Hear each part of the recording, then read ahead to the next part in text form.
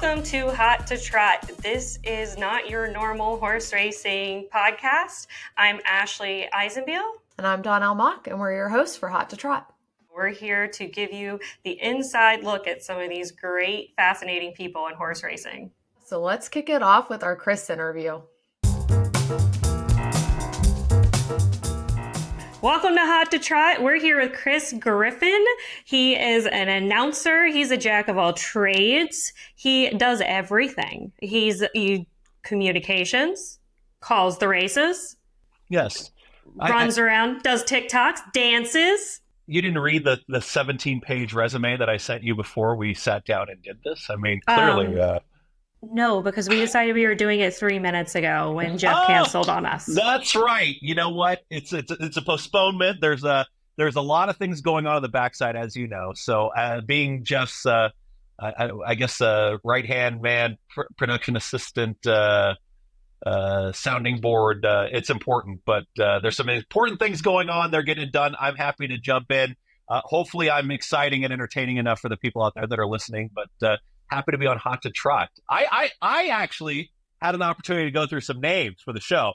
I don't think mine was selected, but it wasn't. It was a top runner, though. It was good. You gave us some good options. We liked it. It just didn't make it. I was rounding out the superfecta, or was it a high five type situation, or was that am I in the 6th, 7th, or 8th selection? You were top 5. You were top 5 for sure. Yeah. Oh. I would say we were going back and forth. When somebody says you were top 5, you're literally 5. No, you were like 3. Then I would be top 3. I would be top 3. I would be top 3 if I was 3, I would be in the top 3. I wouldn't be in the top 5. Yeah. Well, you had a couple options. So there were a few we liked. In racing jeans, no one can use it just in case we ever wanted it. But that was a top player. It was a good one. Whole campaign. The jeans look good. Everyone looks good in jeans. Listen, we did a photo shoot, and our best picture was us in our jeans, like that. Yeah, that was the picture. We have great assets, and those pictures will never be seen ever again. That's the unfortunate part. But Hot to Trot's a great name. I've seen some of the promo pictures. I'm excited to be a part of it, excited to be one of your first wonderful guests, and excited to be in front of the Ivy Wall here in the wintertime in the lovely Bensalem area. Yeah. And I'm with PTHA. Look at the branding that I've done. That people are. I know you're really you're really getting them out there. I like it. The merch game is strong. It is. We should have Hot to Trot merch. Well, yes. Men's sizes as well. Things for men. There's not enough things for men in horse racing. I didn't know if you knew that. Yeah. Gag me. I think not. We're for the girls. Sorry. Not buying that, Chris. All for girl power. You know that. I'm a very big proponent of women in the sport because they're much smarter than many of us. And I know some of your guests and some of the ideas that you put together. I know that the women are probably taking control of the conversation quite a bit for some of your guests. So that's the angle. You just got me today, though. Sorry. Well, we'll work with what we have. Oh, You'll do. Thank you. I came on here to boost my confidence, clearly, on Hot to Trot. Yes. Well, let's boost your confidence. Tell us a little bit about you. Give us your elevator pitch. Oh my gosh. Isn't that story done? No, I mean, so I came from California, Los Angeles, California, West Coast, grew up there. Grew up in Santa Monica, California. And I whose dog is that? I love doggies. Hi, doggies. Hi, doggies. They made it all day. They've been quiet for hours. All day. Literally all day. And I don't know how to mute myself on this. Don't shoot those laser beams at me, Ashley. So I think I would say... Wait, let's just get the dogs to stop, and then you can start recording. I'm going to get something to drink anyway. Ray!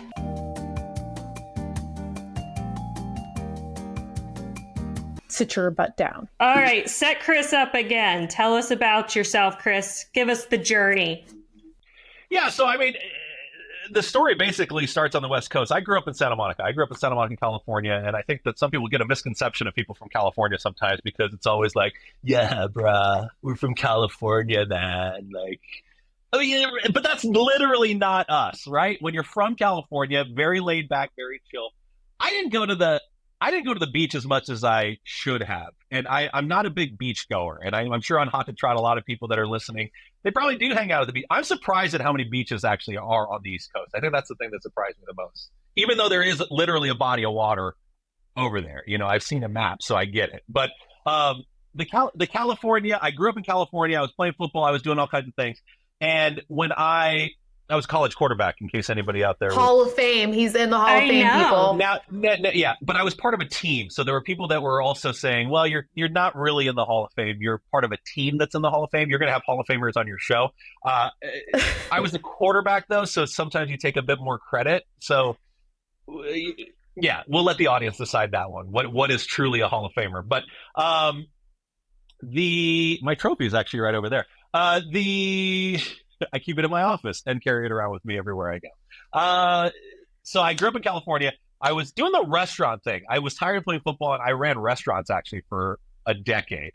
And I thought that was the life. When you're young and you're making cash and life seems so easy.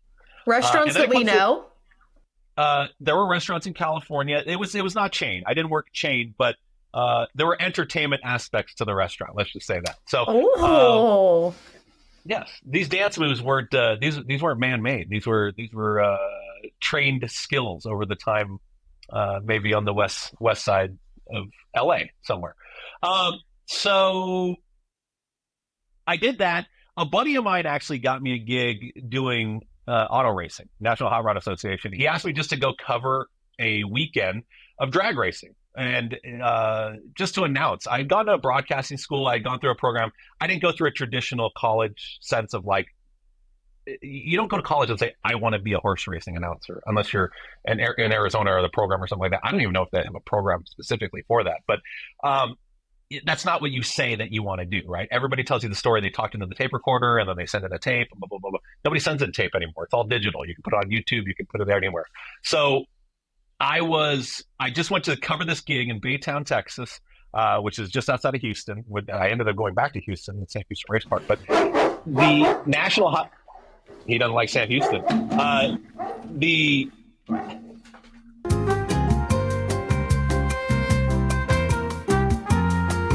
Sorry, yeah, you're good. Ahead. Sorry, Sam Houston. No, you're fine. So I was in Houston, Texas, and I covered an event for the weekend. And so I was just doing my thing on the microphone. You show personality, you get people to check things out. Sunday, all that stuff. Very simple. Did that. And did it for the weekend, and he actually said, "Hey, I brought you down here not to cover for me." He said, I wanted to offer you a job." So this is where like the luck of things happening comes in, that a buddy of mine just brought me out to Texas and told me to try something. I tried something, I enjoyed it, and then they hired me full-time, and then I toured with them for the next 5 years that I was on the National Hot Rod Association. So I got to do that for a while. I started to kind of be over that about 4 or 5 years. I get very much into that like senioritis thing when you get to that fourth year and you're like, man, is this still the thing that I want to do? Do I want to move on? Do I want to do something else? So then when I did that, I actually went to Craigslist. You guys know what Donnell, you might be. Yeah, I remember Craigslist. Are we too young for Craigslist? Ashley, you and I know Craigslist. Oh, I know Craigslist. I got some sketchy furniture in college off of Craigslist in Baltimore. I got a dog from Craigslist. The one in the back. The one that keeps growling. Talk about my upbringing. So Craigslist had a post that said sports announcers wanted. And so, look, you know how many ads there are that say sports announcers wanted or something like that? You send another resume. I didn't think anything would happen. And then I got a phone call actually from Arizona, and it was a number that I didn't recognize, so I didn't answer it. These things happen. You see a number on your phone, you don't answer it.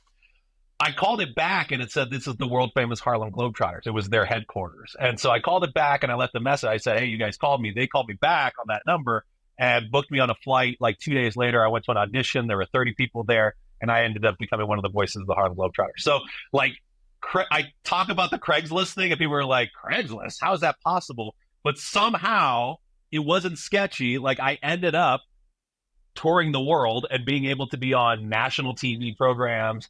I've been to 49 states. Alaska's the last one. I have to make that the last trip. I've been to Alaska. What? Yeah, my brother lived in Alaska, in Ketchikan. He's in the Coast Guard. I got to go to Alaska like 5 times. He used to fly me out. Oh. He's lived there twice. Have you been to all 50 states? No. But Alaska was one of the ones my brother went right out of boot camp and went to Ketchikan, Alaska. Well, since you totally one-upped me and told me how amazing Alaska is, how many states have you been to? I don't really count them, but enough. 10? More than 10? Probably more than 10, yeah, for sure. Because my brother's lived in a lot, and I go to visit him. Okay. His best one was New Orleans. He lived in New Orleans so I went there he was there for 8 years, and I went to visit him quite a few times on my 21st birthday, Canal Street. Or no, what is this street? In New Orleans? Bourbon Street. Bourbon Street, sorry. I just know that I turned 21 and I was there. It was great. Oh, such a good time. I've done Bourbon Street. It's such a good time. And the racetrack that they had down there is not that far from there. I think it's like right around there. It's not far. Yeah, I wasn't into racing then. Oh. It wasn't part of my career path back then. I wanted to be a wedding planner. Isn't it crazy how, it's just funny how you end up. So anyway, elevator pitch. This is the longest elevator ride in history, by the way. I think there's 875 We're going up and down. floors. But it's okay. It happens. And then so after the Globetrotters gig was kind of finishing up and I started changing that kind of thinking again, it was that kind of that senioritis, like, what else can I do? I went to Los Alamitos because I was in California at the time, and it was the Los Alamitos Futurity. It was a race where there were 3 horses. It was 3 horses down the line. It was Firing Line, Dortmund, golly, Z something. There was a triple Z or something like that. It was something, the audience can help me with the name. But Frank Miramati was the announcer at Los Alamitos at that time. He and I kind of knew each other through a common friend. There's a very interesting story there about how he was at a party and a person that I knew was dating a friend of mine, and then they met him and said, the guy that I know is into racing, and somehow there was a connection. Called him, bugged him. He was totally welcoming, and somehow it led to a job. So I asked him what it would take to call a horse race. He had seen me in Little Rock, Arkansas, call a Globetrotter game, when he was at Oaklawn, right? And so he did that, watched me call a game. He said, wow, I didn't know you had the pipes. Then saw him at Los Alamitos, asked him if I could call a race somewhere. He said, don't worry about that. He said, I'll get you a job. So he got me a job in Ferndale, California, to bull ring, half-mile track in Ferndale, California, where Guy Fieri is from. By the way, he goes there to the meet every single year, Humboldt County Fair. That's where his story started. He was selling pretzels outside of the fair, and then he earned that money and went to, it's not Juilliard. What's the big cooking? Come on, Ashley. The cooking one in France. I know what you're talking about, but I'm the famous blanking. School. Yes. Yeah. It's not Juilliard. Juilliard's the music. No, one, that's music in New York. I know what you're talking about. Yeah, now we'll catch that name. But so anyway, I went to that environment, and I was in the basketball world, so I was just screaming and yelling at everything on the microphone, and somehow now I've had the opportunity to call the Wood and the Pennsylvania Derby and the Haskell in the last year. And I've been incredibly blessed and lucky. Timing has been a lot of it. But the journey is an exciting part. And now, I get to chat with you guys and hang out and promote in PA a little bit and do the TV thing and call some races on the weekend. And it's crazy. It's crazy. So right now you're helping out the PTHA at parks because you love parks so much. you had to, get back in. I understand. We're in PA, so you couldn't just totally leave us. We're great here. Sure. Yeah. So it's more than helping out. So I am the, what would I say? I know, because I said production assistant in the beginning, but associate producer for Let's Go Racing, which is our television show that's on Saturdays. 31 years that show has been on the air. So it's just wild to know how many years that show has been on. And now we have a secondary show called On the Rail. And then we have also some segments that we do on Philly Live. And we have opportunities with NBC Sports and NBC Sports Philadelphia, which has been fantastic. And then to be able to, on the weekends, also have the opportunity to go to New York and then be on, America's Day of the Races and have an opportunity there and sit in the host chair. I mean, again, I do think I work very hard. I think sometimes it's a misconception that it's just like you can snap your fingers and can do it. I just am addicted to the work, though. I cannot say no to things, and that's where when do you have a day off? No, we have to call him out. You said no to doing the podcast and hosting with Donnell, and that's why I am sitting in the hot seat. You could have been the host. I'm here. But how about? Well, I had to design. We couldn't have called it Hot to Trot. I had to work on racing jeans. I had to design the ivy and make sure the gardening was good behind me. No, it's the time commitment, because y'all are doing things on Ashley and Donnell and everybody. I mean, look at your headphones. Like everything works. It matches. There's photo shoots. It all works, but it's a big production. And if I just phone it in, I'm doing a disservice to the audience, to your client, to what we're doing. Like, it's just, that's where you have to kind of edit yourself and try to bring it back a little bit. Plus, y'all are kind of far. It's not like you're down the road. Yeah. I like a drive, but it's a significant drive. Well, we appreciate you being honest, and yes, we wanted to make it a kick butt show. And if we weren't gonna get all of you, we didn't want any. Well, no, we wanted you on as a guest. You would always get all of me. That would never be a problem. I just did. Everybody that knows Ashley and more Ashley, Donnell, you're mostly nice to me. And I'm very laid back. Yeah, yeah, laid back. Yeah, Ashley she'll be on my phone. While I'm calling her, she'll be like, Chris, what is going on? And when she says hello, and I know that tone, oh my goodness. Yeah, I strike fear in your heart. You strike fear. All three of good. You strike fear, but that is good. Is it good? I don't know. Oh. Well, you said no to this, so it must be a little scary. He was scared to disappoint me, he said. There you go. Thank you, Ashley. Oh, that's such a nice thing to say. He said, I'm just honestly scared of you. Because if I let you down or something like that, it's the worst. It's the worst. When you can't do a show, or when you can't be there for an appearance, it makes it seem like you're not all in. And I am an all-in person. If you're going to go, we got to go. And in this sport, however we market it, however we talk to people, actually, you and I have these conversations at length. It's just, there's so many. Racing has so much. We have so much there. I mean, we talk about audience, we talk about the people, the horses. The athlete doesn't leave. I say this all the time when I do an interview. The athlete never leaves, right? They don't go home. It's not LeBron or some of these guys that go home and you don't see them. They do a press conference and they leave.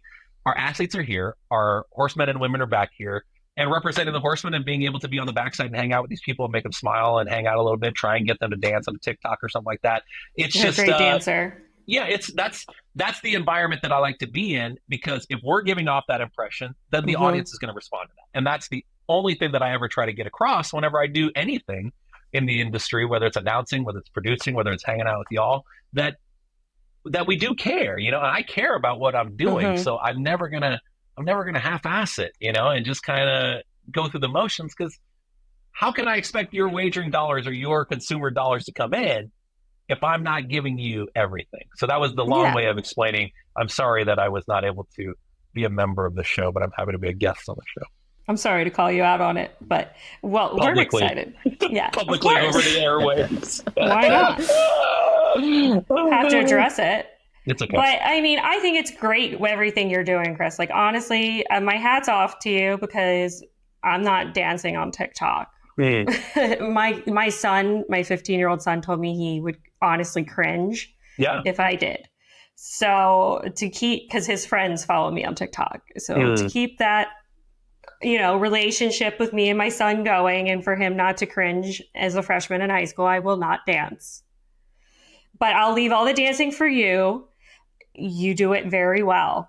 But even Donnell has a lane on TikTok too. Like, I think that there's ways, and it doesn't have to be only like that platform, right? And this is what, again, y'all do so well, is that there are so many ways that we can get your attention. I got to get your attention first. If I don't get your attention, I got to get you to come to the store before I can even sell you anything out of the store. You know what I mean? So it's like, if I can give you selections all day long, and if I'm giving you winners, that's great, and you can pop in and out and whatnot. We have that's why I keep saying we have so much in the industry. And this is my kind of producer hat on right now, is that we've got so many stories we can tell. Howard Brown Jr., I mean, my man, I just did a thing and we're going to put a video up with him that I've got him standing up right in front of the Ivy behind me. But it's his birthday on Thanksgiving.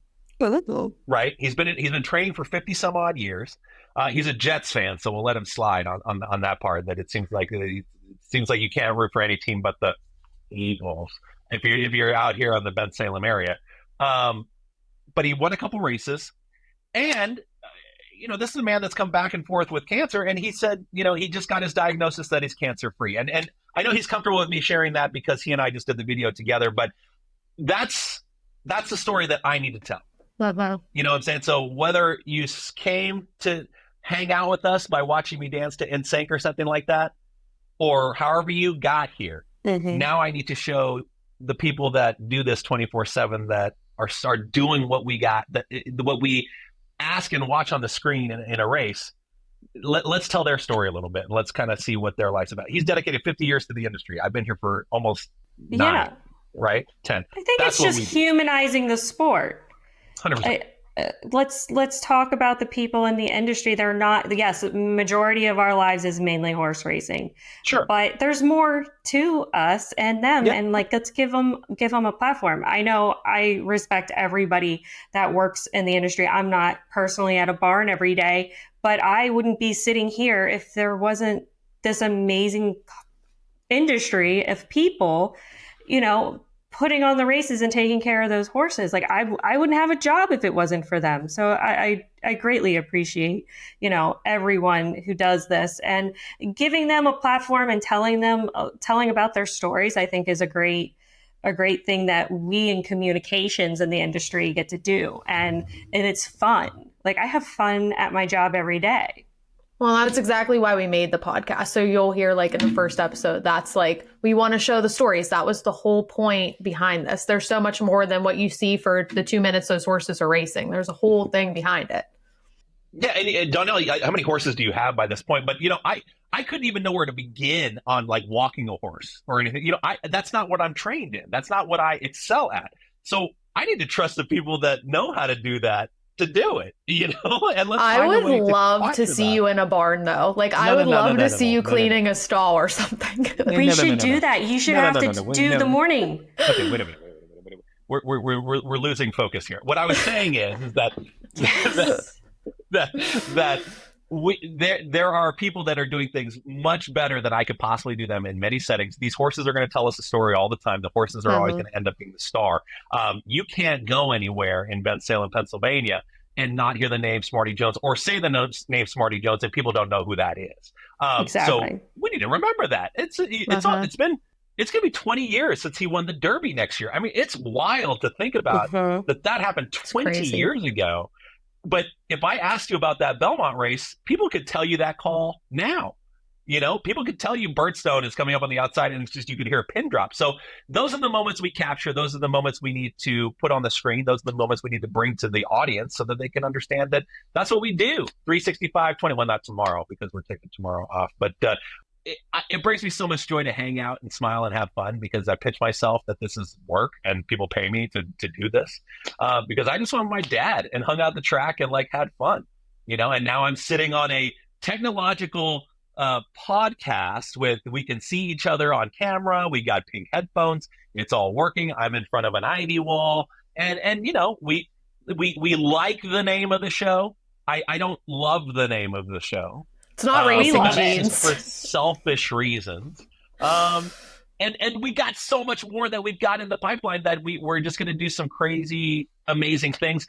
Caretaker's Day, everything else that's involved in that. I mean, it's all good. It all works, and I love doing it. Even if we do a riff of a interview like this.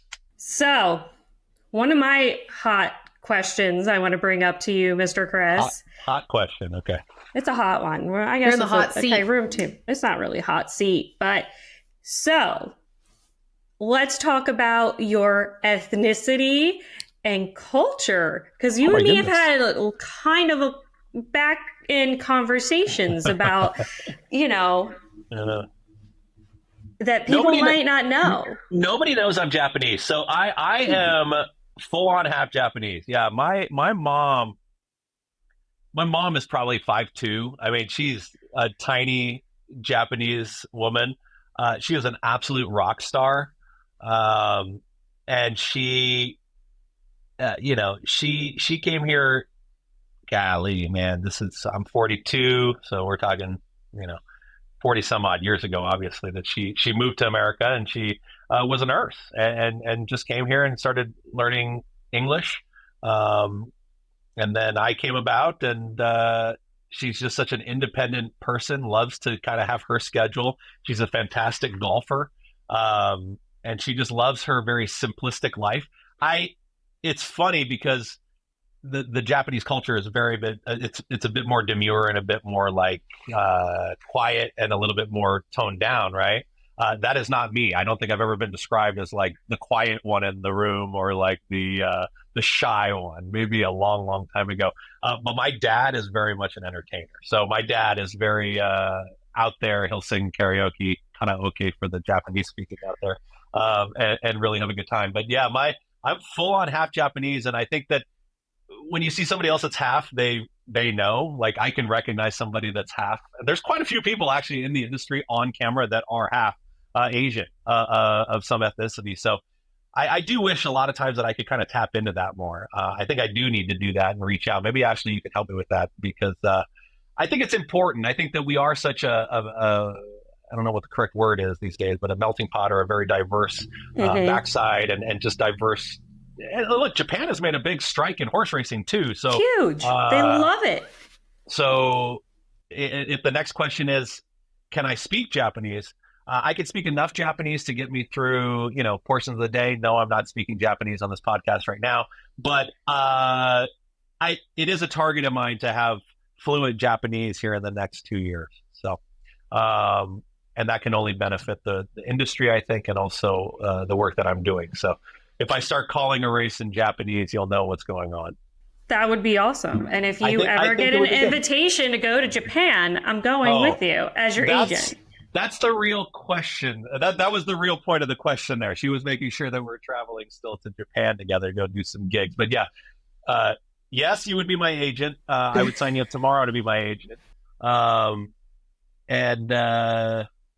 that would be a good time. It's because I'm intimidating. I will be your agent, and I will get the money. I'll get the contract. I'll get everything we want.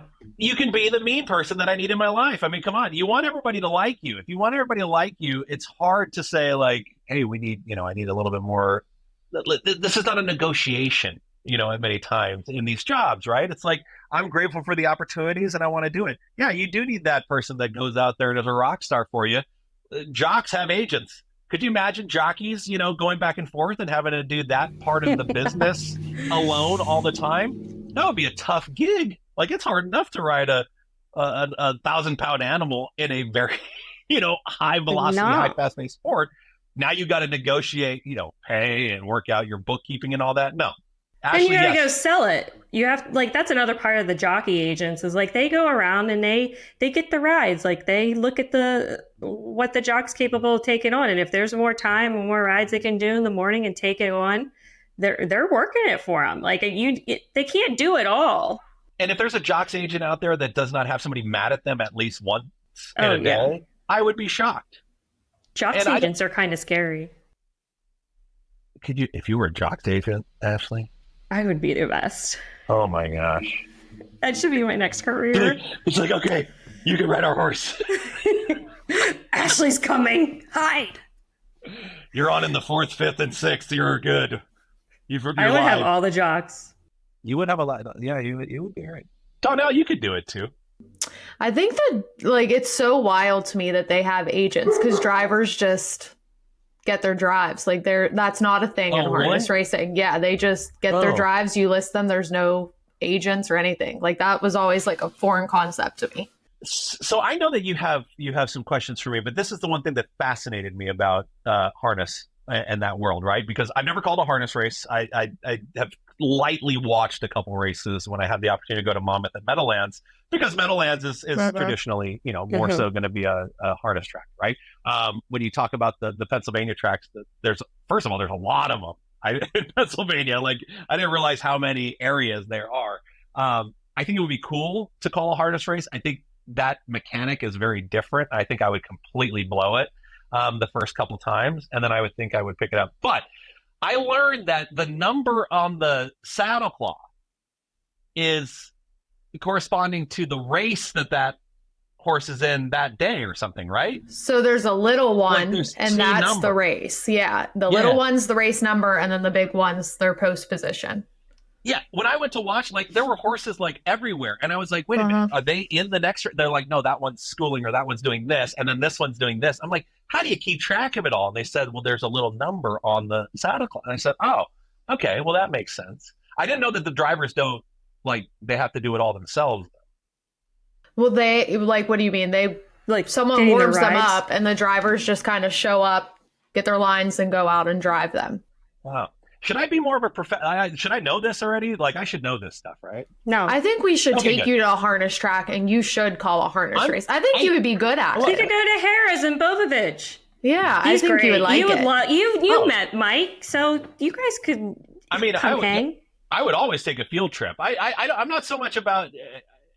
I don't going into somebody's booth and like calling as long as they were cool with it and we did something around it, then I'm on board with it. I don't know. I never like to feel like I'm like, hey, I'm jumping in the booth to call a race. I will say the guys in South Florida, Pete and all those guys, I feel like he's calling a harness race every day because he and Gabe and their connection and everything. I know you worked with Gabe before. I love Gabe. And he's such a good dude. Why do you guys get all smiley like that? Do you get He's just my favorite. So nice. He was the first one I did a broadcast with, and I was like terrified. 7 hours. I don't like to be on camera. And Gabe's just so calm and just handles it. He just gives you the warm and fuzzies. Yeah. So when you have him on the show, or when you have any of these other announcers on the show, how do you describe me on the? What does it get all excited? Yeah, like this? I get heart eyes. I'm like, Chris is my favorite. He's so fun. Wow. Oh yeah, we talk so highly about you. Yes. That's all forced. Ashley, your thoughts? What Donnell said. we love him. When are we going to Japan? Wow! Look at how highly my agent speaks about me. I love you. Do.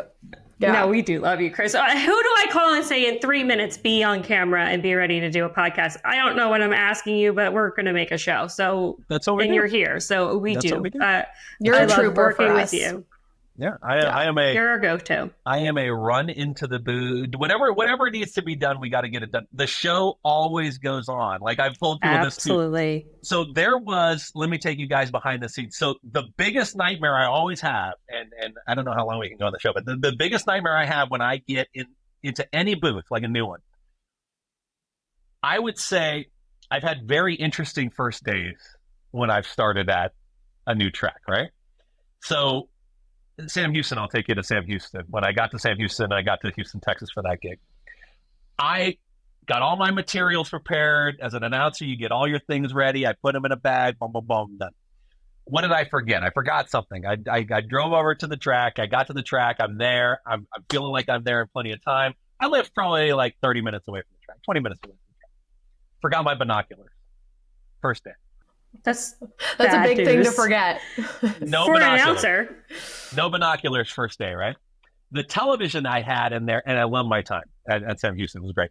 But the television was not, it's not a 55-inch flat screen that I'm looking at, right? So if I needed to look at the screen, that I could rely on that. So I couldn't do that. It was like a box TV that was mainly more for the mutual stuff, right? So I was in a bit of a pickle. So I said, are there any extra binoculars around?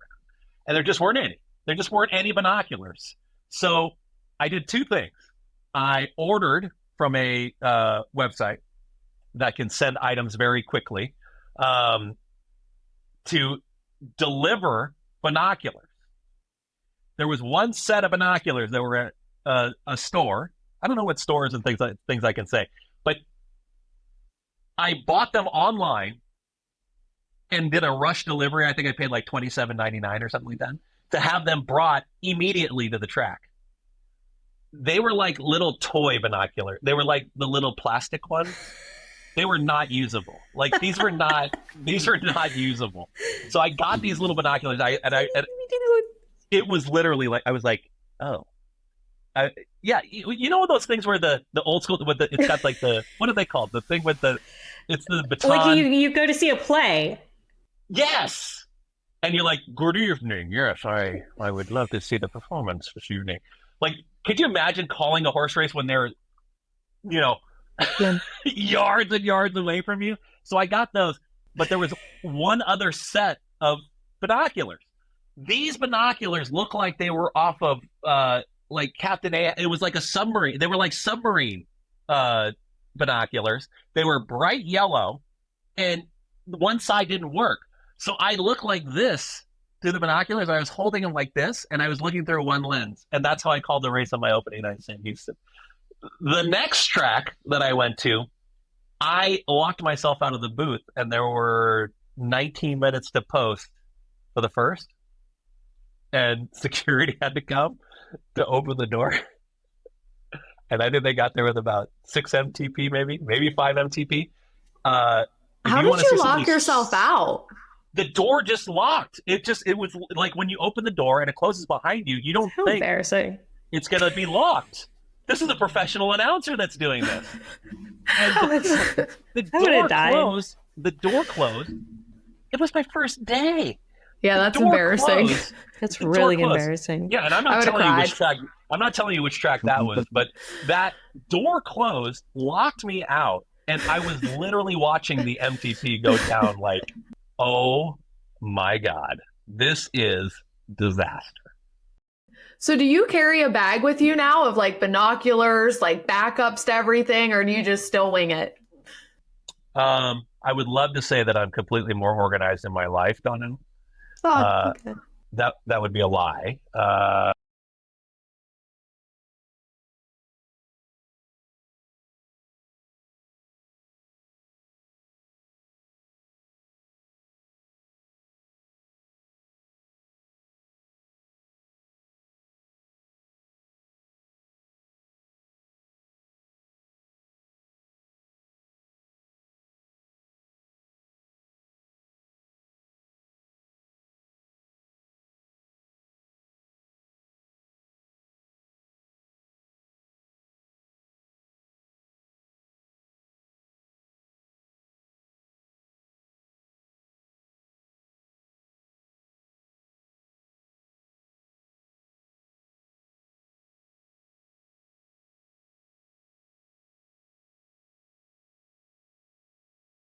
I say, are you serious, man? Like, come on, dude, pull it together. We need to get you the AirTags, the Apple AirTags. That's what I know my husband's getting me. No. Because if you have that and you lose it, and I watch it like going off in the distance somewhere, you want to talk about emotions? Like, and somebody picks chasing up it. Oh my God! Oh, there go my AirPods. They seem to be on their way to Secaucus right now. Oh, okay. Well, I can be there soon. Where's an Uber? It's just that's frustrating. When your phone battery dies, that's frustrating, and you don't have a charger. I forget chargers all the time. That was you on PA Derby. So would you say you're an organized person or like chaos? Oh God, that's putting me on the spot. Seems chaos. He's chaos. It's chaos. But he takes it well. I mean, from what I saw at PA Derby, you came, you were in a great mood. Your phone was needing to be charged. You needed to use my son's charger. We were you were getting dressed in our booth. Yeah, and I think your sons were telling me fart jokes at the time. I think that I was like, there was chaos going on, and then a fart joke was going on. I was like, all right. They were just like excited, and then one of them farted in the hotel room and started giggling and laughing. And it was like an audible fart. So now they just look at you and they make fart jokes. Boisterous laughter. They're 15-year-old boys, and I drag them around to racetracks all summer long. Yep. I'm a good mom. You're the best. You got to expose them to racing. Dog mom, horse mom. What other animals do you have? Cats. Yeah, that's... I do barn cats. Not a big cat guy. I have 2 cats, 3 dogs. Yeah. No horses right now. You have 5 animals? Mm-hmm. And how many kids? 2. 2 kids, 5 animals. Kept them all alive. I'm a winner. And Donnell has... I just have 2 horses right now and 2 dogs. Oh. And then the cats are barn cats. They don't come in the house really. They don't like to be inside. Well, how many are they? 3. Well, someone dropped one off at our farm. I only had 2 and someone dropped him off. So he's become a friend. He had to get fixed. So thank you to who dropped him off. 3 cats, 2 horses, 2 dogs. She collects them like Noah's Ark. Yeah. Ashley I have 3 horses. 5 animals and 2 kids. What am I doing with my life at this point? I mean... Well, you have a dog, just 1 dog, right? Yeah. Do you hear how you just said just 1 dog? I mean, yeah, you should have... That's easy. Yeah, you should have multiple dogs. No. There will be no more. With my schedule, the thing is that those dogs, when you get home, they are ready to roll. Like, they are ready to do something. And you can't just be like, sorry, I'm tired today. Let me lay down and relax. No, they don't want to hear it. That unconditional love, that comes with that receipt of like, hey, make sure you do what you got to do to take care of it. But I will say, Ray is, and we'll talk about dogs here for a second. Ray has been, to me, when I started in racing, Ray has gone to every single track with me. He has been my absolute, like, how do you explain it? God, why am I getting emotional? Your best friend. He really is. He really is. And it's such a cliche thing. And all the dancing and all the hanging out and all these things that go on. Because I've told people this too. When you're in the booth, we are alone for 6 hours, right? You're by yourself. And I leave the booth, and that's probably why I get locked out of booth. But like, I will walk around because I just have that energy. I need to like see people. I need to engage. I just need to talk to people just to have that interaction. But when you're by yourself in the booth and you're focusing and you want to do well in these races, because there's no announcer that goes in there and says, man, I hope I really suck today. No, you want to be good. You want to be great. And you have 9 or 10 moments that are a minute and a half, could be 58 seconds, whatever, to where people can hear every single last word and they're going to judge you. Whether you want it or not, social media, however they want to come back. All of that is warranted. Criticism, constructive criticism, it's all good, man. I am never going to tell somebody, you can't say something to me about the such and such. Like, I know I put myself out there. Hey, do you need to call me every last name in the book? Probably not. But I mean, it is what it is. Like, I understand how that works.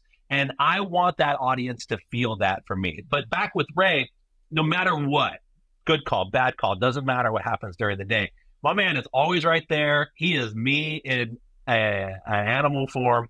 And I would never think that I would be so connected to a dog like that, or I don't think you really kind of fully understand that until you get to hang out with him, right? Because that morning walk, like when I can let it loose, he doesn't care. He doesn't care if I called a grade 1 or if I called a nickel claimer, if I was great or if I was not.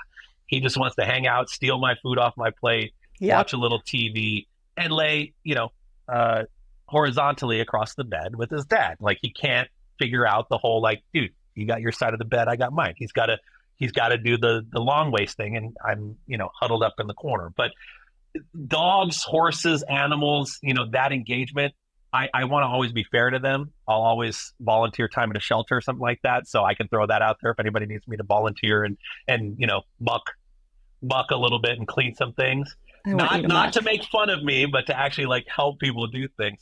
I'm always, if I've got the time, I should be able to do that. You know what I mean? Like, that's what we need to do as an industry and as people on TV or whatever we need to do. Or just as a person, not even as an industry. I think it's just like giving back when you can. It helps your soul.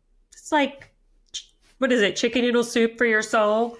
100%. Like, giving back is a great thing. I give back a lot. I try to do things within my church and other programs, and I think it makes you appreciate just life in general. And if you appreciate your life and what you've been given, then you appreciate the work and the opportunities that you're given. And I think when I talk about the entertainment side too, whether you think you're a celebrity or not in this deal, right? Like the jockeys, and when the jockeys wear silks, they just have a presence. They're like superheroes. When they've got drivers, jockeys, whoever, when they got that look and that feel about them, right? Like, you just kind of You get excited about it. When those real nice horses walk up to you. I've never seen somebody go to the barn area or go see a horse and they're like, this isn't fun. Yeah. Wow. I don't want to touch that horse. Some people are scared of the horse, but it's fun to kind of get that engagement. You know what I mean? I think that is what we need to do. And it doesn't need to be fluff. I think that's the other thing that sometimes we can come off as like we're trying to overdo it and things like that. And we do. I overdo it many times. But we can also be real. We can communicate. We can connect with the community. There's so many people doing a lot of cool things. There's so many people connected with a lot of charities. There's just things that we can do as an industry together. I hope that I'm a part of it and get to be a small part of it, a big part of it, however we do. But if I seem to always work. When I was with the Globetrotters, we were the one thing I always took. We were in the business of smiles. That's what we were in the business of, right? Mm-hmm. Kids, the people that night. I was in a different city every single night for probably 200 days out of the year in a row. No days off, maybe a day off here and there, but that audience, they don't care, nor should they.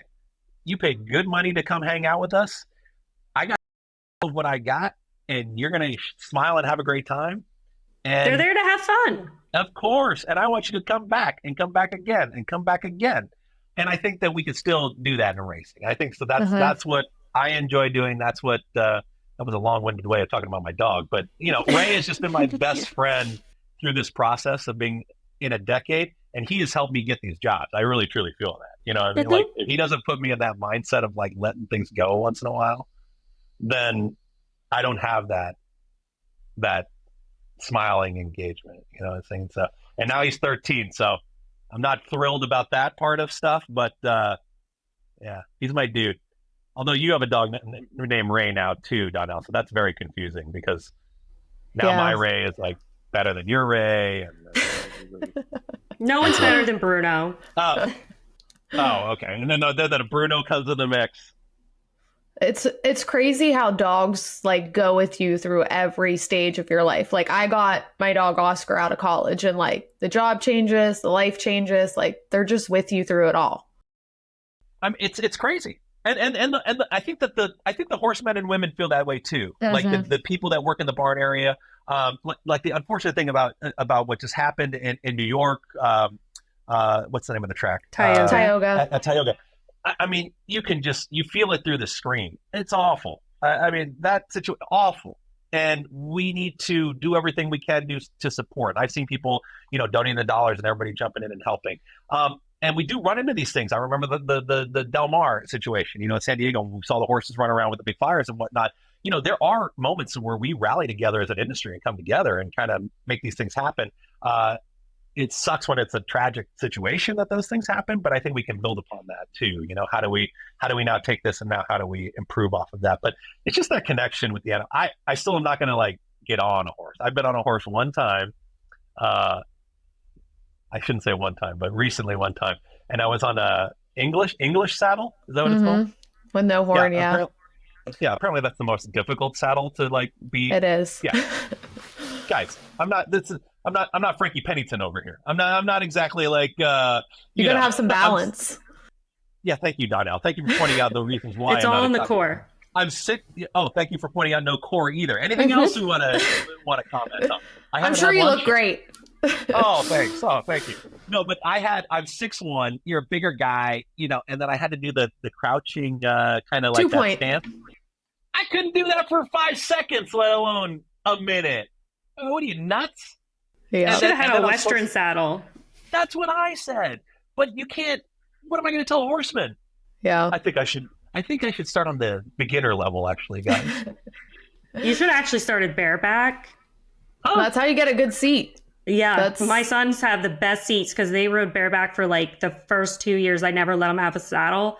And they also used to have to sit with a broomstick behind their elbows when they watch TV and sit on their saddle instead of sitting on a chair. We would have a saddle stand. And that's how Aiden has like the perfect posture and seat. With the broomstick like that? With the broomstick behind his elbows, like behind his back. Really? Yeah. And that's how he would be able to sit. And that's such a funny thing about technique is that when I was doing some broadcasting stuff, I heard some speakers It was actually Neil Everett who recently left Sports Center, and now he's from Hawaii, and he was a big racing fan and did a lot. But he talked about technique and how you sit at the desk, and it's literally that you just put your arms out to the side, and when you're sitting at the desk, that you just put your arms out to the side and make sure that they're kind of like that whole arms length thing. Put them on the table, and then you just bring your hands together, and now you got good posture. And then you sit like that when you're on set. I'm telling you, and it works. Yeah. It's a simple. It's a simplest thing, I'm a but it's like, though. oh, I am too. I mean, how many times have I done this? I mean, I've done like this different seat. I feel like I'm in therapy sometimes with y'all, but I mean, like, it's just when you're sitting in different. I also can't sit still. The fact that you guys have gotten me to sit still like this for this long is a I know. Are you itching? Are you ready to go? No. You're having I'm fun. a blast. You have things to do, and we're gonna start to wrap it up. Oh my gosh! But we got to do the hot seat questions real quick. These can't be long-winded. They're just quick. Let me stretch. Okay, stretch it out. I gotta pull. I don't have that many, but I do have a kickoff one. Donnell, while you get started. Okay, Chris. Let me make sure. We're going to call you out right now. This is our hot seat. You're in the hot seat. Get ready. Rapid fire questions, quick responses. You are single. This is a fact. And we are looking. We're taking applications. Fact? Is it a fact? I think it is. From last I heard. Am I single? Yeah. Yes. Taking applications. All right. 3 top things that you look for in a partner. Has to be. Don't think about it too long. Come on. Number 1. What's the first thing you like to see? Communication. 2. Likes to travel. 3. Not the biggest fan of sports. You don't want them to like sports? Not really, and there is a reason behind that. Yeah. Real quick, what's the reason? Because when I go home, or if we want to go hang out, or if we want to go to dinner, I've been thinking about sports or racing or something like that all day long. I would love to talk about anything else besides work. Yeah, that's a good one. Because I work in the industry now. Donnell, your question, you have one? Would you rather wait or be late? Wait or be late? Well, that's such a context question. I am very good about being early now, but I do have a tendency to be a few minutes behind. So would you rather be early, or would you rather sit and wait for someone? Oh, I'm waiting for someone. Mm-hmm. It's a date? Okay. Yeah, sure. Yeah, are you a little scared to be stood up? Oh, violence. No. Look, if I have set up a date, I absolutely should be waiting. If I roll in after her, that's a disaster. All right. Agreed. Not getting a second date. Next hot seat question. All right. If you had to go anywhere in the world, you had all the money, you could travel wherever you want, where would you go and who would you take with you? Oh my gosh. You had to only bring one guest. Private jet, only seat for 2 people. If it's somewhere warm, it's me. I can't pick somebody specific. There's nobody in my life like that. You can pick a celebrity. How about a celebrity crush? My mom is not going to put up with me that long. My dad and I would just talk about racing all the time, so it would be like going to a racetrack somewhere. I mean, I will give you a location where I want to go. Mm-hmm. Fiji, 100%. I want to stay in one of those little beach front whatevers where you can see the water underneath you.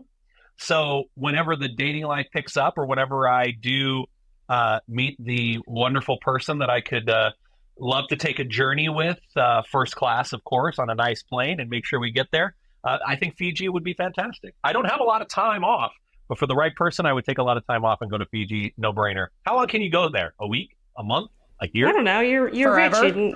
Yeah. Fiji. I want to go to Fiji for sure. Awesome. All right. Donnell, you have one?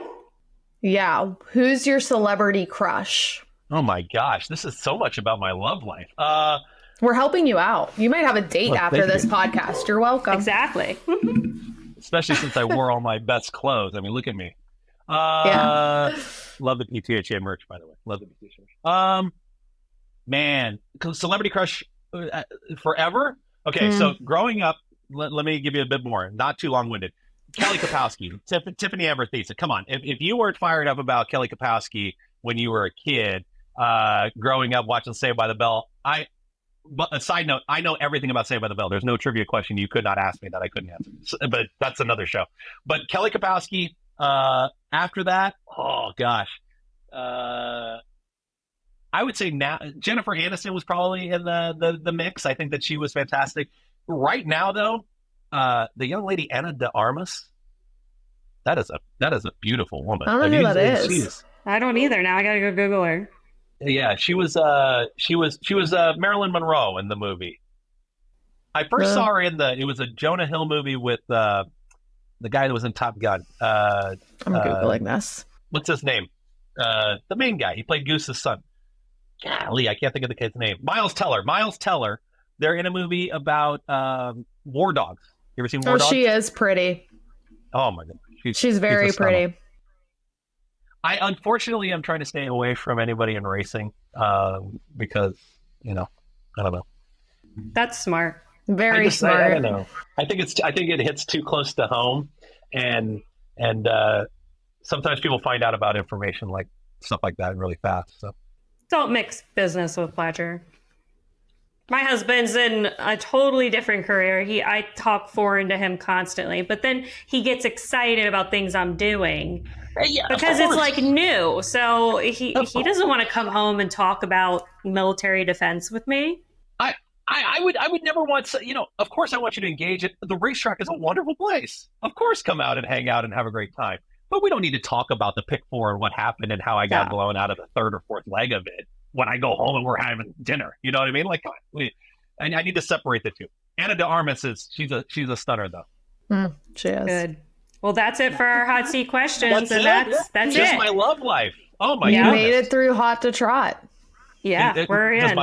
Does my phone number come up at the bottom, or do they? What if they start messaging you? Are you They go through us. We will, we will siphon through the applications. If they get through us and they get to you, then that means they're definitely on the A list. Not saying there's a show in this, but we could do this same kind of thing, and it's like a dating game thing, and that could be like, Bachelor horse racing. Who's behind door number one? Yes. Do you know what 3/4 of a mile is? And of course, we got There's my date. There's my date. At this time, we'd like to thank one of our sponsors, the Pennsylvania Thoroughbred Horsemen's Association. The PTHA represents the hardworking men and women at Parks Racing.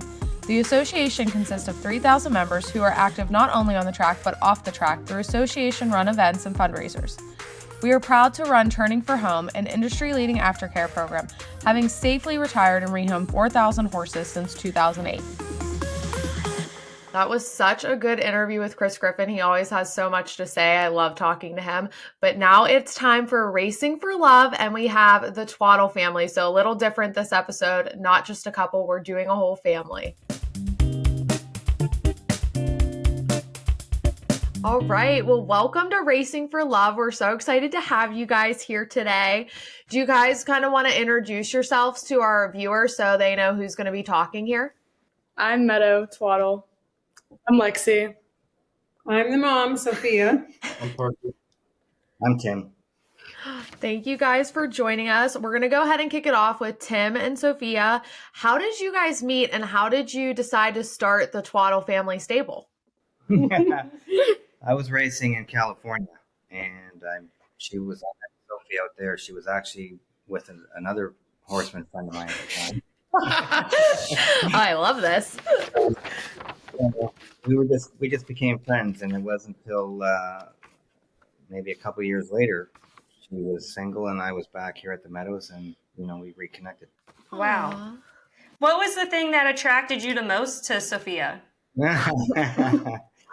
I don't know. The first time I saw her, there was a spark, and I knew she felt the same way for me. Oh, boy. When I first saw him, I did not like him at all. Why not? I just thought he looked like a cocky little punk, and I wanted nothing to do with him. Nothing could have been the truth. I was a big shot in my heyday, and she was very, very maybe intimidated a little bit. I bet that's what it was. But it's kind of fate that you both ended up back at the Meadows, which, Tim, how did you decide to come to the Meadows? It is fate. You know, I've relayed the story, different versions of it, but I can tell you that it was a long journey that led me here. I had heart surgery. I went down and started at the beginning. I had an accident in 1985, and that's when I was born in Ontario, living in Ontario, and I raced in that Greenwood Mohawk. And I had an accident at Greenwood Raceway. I actually had an accident in Flamborough Downs, first one. That's when I shattered my hip, and it was when I was in surgery. They discovered I had a leaky heart valve, aortic valve. At one point, they said it was no longer leaking; it was running, and I had to have it replaced. So I had it replaced, and by the time I came back to catch driving, obviously I didn't have work. And you know, in this business, as a catch driver, you're day to day. You miss a night of racing, and you know, you lost a lot of work and a lot of repeat work. So stay out of action for 6 months and see what happens. You know, when I came back, nobody gave me a shot. It was tough. And I was working, prior to that, I was working for a trainer in Ontario, and he put me up on one horse to qualify, and I qualified her twice, and then I raced her in a series at Woodbine, and she won. I drove her 3 times. She won all 3 times, but I just couldn't get anything going after that. And I was buddies with Frank Salive, and through him, we kind of spearheaded the in-house show at Mohawk that's turned into a big production that Randy Waples is involved with now. But back then, it was just a small grassroots thing. And he told me that I should be getting my green card and going to California, which was a wild idea at the time, but you know, it played out. I couldn't get work. I knew Roger Houston pretty well, and I asked him if there was room at the Meadows for another driver, and he said, if you come, I'll promote you. So I came, and you know, I got work pretty quickly, and then was approached by people at Los Alamitos to go out there and drive for the winter. And I thought, what a great idea. So I went out there for the winter, and that's when I met Sophie. And the rest is kind of history. I was just still driving, went back and forth for a couple of years. And then when we finally did connect, you know, I started a small stable to give her something to do, and it snowballed. So nice of you to give her stalls and stuff to do. Sure, she really appreciated it. That's great. I love the relationships that kind of come together at the track, and then they grow, and these people come into our lives and we don't realize, you know, they're there for a reason, and they help us through the journey. And that's such an amazing story you have with the heart valve. My dad has heart issues, so it's very scary, and like, it's hard to come back from. And you've done an amazing job, and it's very physical work that you guys do, and that's just amazing to hear. For sure. Now, when did the kids come along? How many years were you guys married? And then who thinks they're going to eventually take over the stable here? We when we were living in California, we had the girls out there. They were 3 and 4 when we moved back to Pennsylvania, and Parker was born here. And they really didn't get into the horses until we got 2 Calbreds and a PA bred. Maybe the last year and a half is when they really got into coming to the farm. Before that, they didn't really want anything to do with it, but now they enjoy it. Started young. They would come on the weekends and sell, you know, drinks, pastries, and chocolate bars. I told that story of Parker. I was like, from a young age, he was a businessman. He used to walk around the track selling some muffins and stuff. I loved it because I never had breakfast. I kind of passed the torch to Lexi and then Parker, and he made a career of it. He was on the weekends, but now he thinks he's too big to pull a wagon around. But a lot of people miss. A lot of people look forward to those treats on the weekend. Yeah, you don't have snacks. It's perfect. Get some Dunkin' Donuts and sell donuts around there. I think it'd be great. You know, if it's non-race day, you're in trouble. Luckily now, Thank God for Sheets building down the end of the driveway, so that everybody goes down there all the time. But Parker was a big deal with his wagon on Saturdays, I can tell you. He was. I remember it. He's an entrepreneur. So, Sophie, how is it being a mom? I'm a mom. We already have enough going on with these kids, and you have 3. I just have 2. So how is it balancing the racing and the kids and their activities? I know Lexi's into sports. It was probably a lot. It was a lot growing up. I do miss those days. I was traveling pretty much every weekend for the girls with soccer, different places for tournaments. And I didn't appreciate it then, but I really miss it now. It's very sad that part of our life is gone. With them both being in college now, I don't see them. I see Meadow often. I don't see Lexi that much. Parker's still a sophomore in high school, and I didn't spend much time with him this year because they literally have football every day. So between that, and I was getting pretty lonely. So that's when I started working back at the barn, just to be around people, because it's just me and my dog. I wish he could get in the camera because he's a big part of this family. But I just handle it. We all go through it. We have to do what we have to do. I enjoy it. Enjoy being a mom. I don't see them grow up like any of us, but what are you going to do? They're not little kids anymore. Parker, do you like it that your sisters are gone away at college, though? Like, it's kind of like being an only child. I don't mind. You get the bathroom, right? There's no line. So let's go to some of the questions we had for the kids. Yeah. We'll start with Meadow, because Meadow, did you start your internship yet with the MSOA? No, I'll be doing that in the spring semester.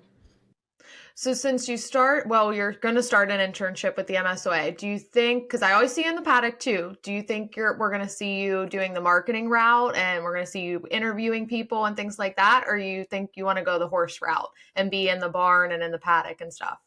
I'm kind of torn. At first, I was on the marketing route. I was working with MSOA a lot over the summer, and I was really liking that. But then I got into the horse side as well, and I kind of found my passion there. So right now we're kind of at a standstill. I'm not really sure, but I enjoy both equally.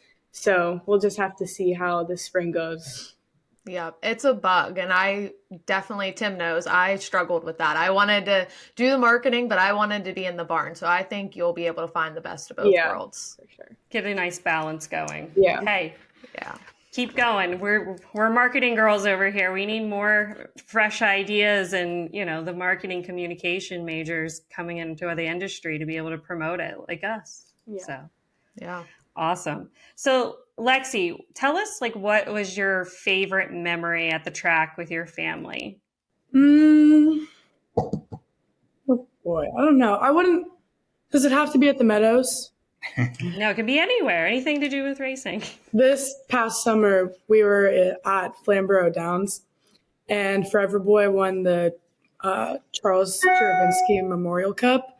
That was nice because we were all there. We had extended family there, and everyone was happy. I mean, we were all very emotional. It was a big win for us, and that track means a lot to my dad, so it was good to win at his stomping grounds. He's been a fantastic horse for you guys. I've just loved watching him progress and hit the track. I've always tried to tune in when I see that, because you guys were really on your social media promoting it too. It was great. I felt like I was with your family right along for the ride as much as you guys talked about it. With Forever Boy, do you guys think that's been the funnest ride for you? Like the ride that he's taking you on? He's been in the big races. He's such a good horse. Would you say that's the best? For sure. Definitely. Yep. I've been around horses my whole life and never experienced that feeling. I'm getting emotional thinking about it. Yeah, he's very special. He is. It's a great horse. Yeah. I love it. I love that you're showing how much the horses mean to you. Some people don't understand that, they think we just race these horses and they're a payday, and they're not. They become part of your family, and your heart really goes out to them. And when they win, you feel like, you won, and they're like a personality. Yes, they are. I sit home many times by myself. They probably don't know this, but I watch the replay of the Little Brown Jug. I love that. It's still very gives us chills, and it's very makes us very happy. I just got chills when you said that. Yeah. Oh, I love that. I love that you guys have such a passion. You can tell that you guys love everything about the industry. Yeah. Yeah, for sure. All right, Parker, you're up. Oh, sorry, Tim. No, I was just going to compare. Like earlier on in my life or my career, when I was driving, I got to drive a couple pretty nice horses. But back then on a big stage, and back then there was so much pressure, and it was such a different feel. I wasn't able to enjoy almost any of it, because I was worried about messing up the drive or just always, just trying to get the job done. It wasn't until years later that I could look back and kind of appreciate it. But with this horse, I made sure that every race we went to, as many of us could be a part of it and just enjoy every single moment of it, because it was a real treat. And I know that they don't come along often. So, you better take advantage of them. Well, yeah, and it's such a good, like, all the kids are grown up and at an age, like, they're always going to remember this and have these memories. So I think that's fun, too. Yeah. Tim, do you know you're 4 away from 1,000 training wins, too? So the whole family better be on lookout for that. Yeah, I knew that because Evan was trying to contact me a week or so ago, and we haven't connected. And he said, "Oh, you're 8 away." And I said, "Well, don't worry about it. I won't be a while." It's coming. It's coming quick. All right, Parker, what is an experience that you've had growing up in the industry that you think is a little different from your friends that haven't grown up in the industry? I don't know. That's a tough. How come you gave him such a tough question? Parker. Traveling. Yeah, there's a lot more. Yeah, you get to see a lot more things. Like, do your friends get to travel? I mean, you've got to go to Canada. You've got to go all over with Forever Boy. I mean, I guess I do more traveling than them. We get to see more things, but it's just a different lifestyle compared to theirs. Is there a favorite track that you've gone to, Parker? New Jersey. Meadowlands. The Meadowlands. All right. That's a good track. It's a fun track for sure. I like the Meadowlands. I love Jersey and New York. I don't know why. It was fun. Yeah, it was a lot of fun. It was fun there. They haven't been to Yonkers yet, but maybe we're toying with the idea of making a couple eligible to the matchmaker in the Borgata this year, so that will give us an opportunity to travel there. Mm-hmm. Yeah, that'll be fun. It's nice up there. Going over the bridge and all the traffic's not fun, but once you're there. Saratoga's pretty too. Beautiful. Being able to go up there. Do you guys have like a favorite family tradition? Doesn't have to be with horse racing. We're getting around holiday time. So we just wanted to see if you guys have a tradition you'd like to share. I have one. So Okay. Christmas Day, we have a little pickle ornament, and my mom and my dad will hide it in the tree, and then me and my siblings have to fight to find it. And it's usually pretty hidden, but I like that tradition because I always find it, and then I get the gift card that they have as a prize. So it's a gift card you're looking for, basically. The pickle for a gift card. Yes. I can tell you this time of year is our favorite because number one, Thanksgiving means it's my wife's birthday. She celebrated her young birthday. Oh yeah, happy birthday. Oh, happy birthday. My best friend comes to stay for a couple weeks, and last year it was extended because I had my valve replaced last December, so he came and spent most of the winter here helping with the stable and taking care of things for me. But he's here with me today. I like that. Come over here, buddy. Yeah, get in there. Yeah. We take extended fam too. We know him as Frankie, but his name is Dave Boughton.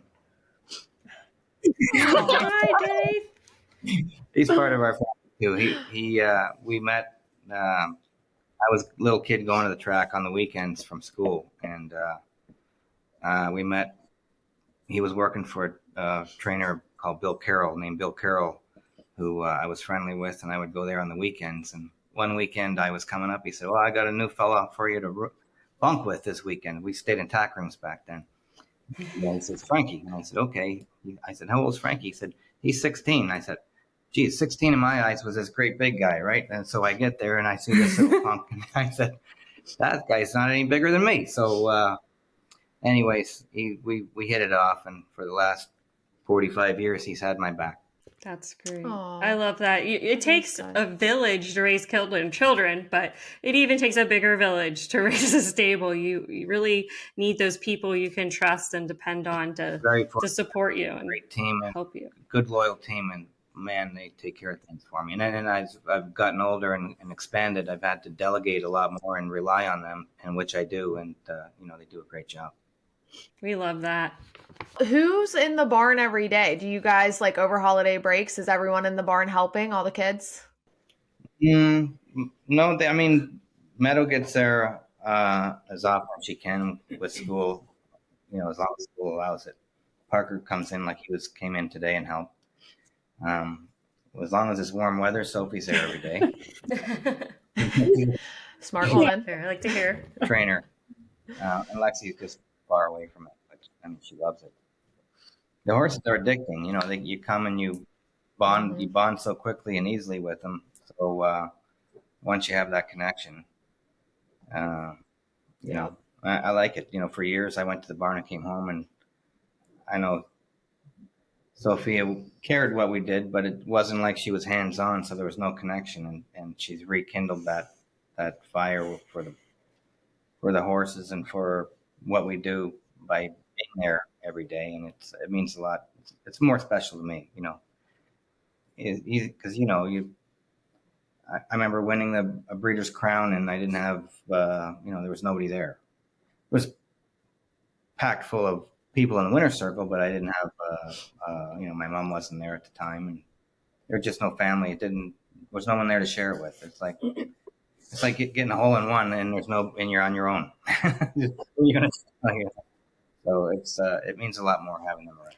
I love it when we talk about families in the industry. Your family is the first family that pops in my mind, honestly, just because we always see you guys all at the track together. Whenever I come back, you guys are like a package deal. I never just see one of you. It's there's a Twaddle, there's a Twaddle. I love it. And that's honestly, when we were talking about bringing a family in for an episode, I was like, we have to do the Twaddles because they are the only family I think of in PA when we say horse racing and family. Think of a few more. And I think you guys have done such a good job raising them. I obviously always see Meadow. Lexi helped me at the MSOA, and Parker. You guys are always working and helping out with the industry. So you guys did a good job raising them. They're good kids. Yep. Lexi's worked our booth a couple times and helped me out. So I appreciate it. They're hardworking kids. You can tell they've been part of the industry. You always can tell a difference between a kid that has been working with horses versus a child who has maybe not had the hard work instilled in them. They're like having high-end yearlings. They're really easy to break and train. So it's and drivers, and these kids make us look better than we are, believe me. So, way smarter and way more beautiful and handsome than I certainly ever was. So I have to give all the credit to Sophia. Oh, she's a great mom. All right. Are you guys ready? Wait, let's do our last final question. Tim and Sophia, where do you see your family in 10 years from now? Oh, wow. This is easy for me. Wow. Yeah, this is easy for me. Not 10 years, maybe 3 or 4 years. Yeah. Oh. I'm hoping we can be down in Florida for the winter. I love Florida. I've always loved Florida since I've been a kid, and I'm on Tim every day right now. Send me to Florida with them. I'll do whatever I need to do. But we're gonna wait till Parker graduates high school and then decide from there. Oh yeah, I hope you guys do. I feel like that is the way to go. Go to Florida in the winter, up here when it's in the summer. Mm-hmm. I would do that too. Yeah, the Wilders look like they're enjoying the life now. So Mike said he's got stalls ready for me. So we're ready. We're gonna be neighbors. Yep. Awesome. Well, we'll be checking in a couple years from now, making sure after his graduation that your first winter is down in Florida. Yes, I hope so. All right. We are ready for our hot seat questions. So this is rapid fire. Rapid fire. You got to answer them quick. Okay. All right. This is for the kids. You guys got to answer this. We're going to find out who knows the most. It's more like trivia. What year were your parents married? 2004. 2000. No, that's my birthday. 2000. Mom, Dad? Pressed out. 2000? 2000. All right. Bam. All right. What's the name of their favorite song? Amazed by Lone Star. Yeah. Oh, you're good. Meadow, Parker, come on. What is Dad's favorite dinner your mom makes? Spaghetti. Yeah. Spaghetti. All right. Oh, that's nice and simple. Okay. What do your parents do for fun together? Watch TV. That's fun. I approve of that. All right. So when your dad's in the doghouse with your mom, what does he do to get out of it? Buy her flowers. All right. Aww. There's flowers everywhere. It's almost like a funeral. I know. Oh, I'm sorry. I guys. was going to say Tim must be in the doghouse alive. So there's flowers everywhere. Makes the house real pretty, so it's okay. All right, this one I want all of you to answer. If you were in trouble, which family member would you call and why? Frankie. I call Frankie. No, It depends on the situation. I would call Dad. If it's a car problem or something along those lines, Dad. But if it's like a boy problem, I'm calling my mom. I would call Dad because he would help solve it and then ask questions, and not ask questions and then Before help. solving. Yeah. Parker, who are you calling? Anybody but my mom. Poor mom. I was getting in trouble. You know who the bad cop. Who's the strictest parent then? Well, yeah. Who's the strictest? Mom. Mom or mom? I agree. Yeah. Yeah. All right, now we have one for the parents. So you guys are going to answer about the kids. Who's your favorite? Who's your favorite? Who's your favorite? All right. So who has the dirtiest room? Lexi. Lexi. It's clean right now. I cool, but when she comes home, it's not clean. I'm busy when I'm at home. That's why. Yeah, I bet when you went to college, is your room a lot cleaner in college? For sure. Yep, I get that. Who spends the least amount of time in the barn? For you. Well, Probably I guess Lexi. me because I'm at school, so I can't. You have a reason. Okay. Who's the loudest? God, poor Lexi. Oh my goodness. Poor Lexi. Oh, Lex. Who's the sneakiest? Who have you caught sneaking out? Sneaking out. Lexi, why are you covering your face? Are you the worst? It's Lexi. Oh, man. Bad kid. The middle child. Dang. Who has the most expensive taste? Meadow. All right. Smart. Who's the most helpful? Hmm. Who's carrying in the groceries when you come home? I think they're all pretty good. Answer this right. Yeah, They're right, even right now Parker, because he's the only one home. But I usually give them like a 2-minute heads up that I'm down the street, so have the garage open and be ready to grab the groceries. Who's the hardest to wake up in the morning? Parker. Parker. Because it goes off every day at 5:30 a.m. At 6:40, I'm waking him up. That is me. I feel that, Parker. I set alarms for 2 hours before I need to be up because I'm not getting up. Yeah. I think it's a boy thing. My son's the same way. I have to wake him up like 4 times, then finally like throw on the lights, open the drapes, like move. Yeah. Who is on the phone the most? Ooh, Who would be lost without their phone? probably Meadow. Mm-hmm. Who is the most dramatic? Meadow.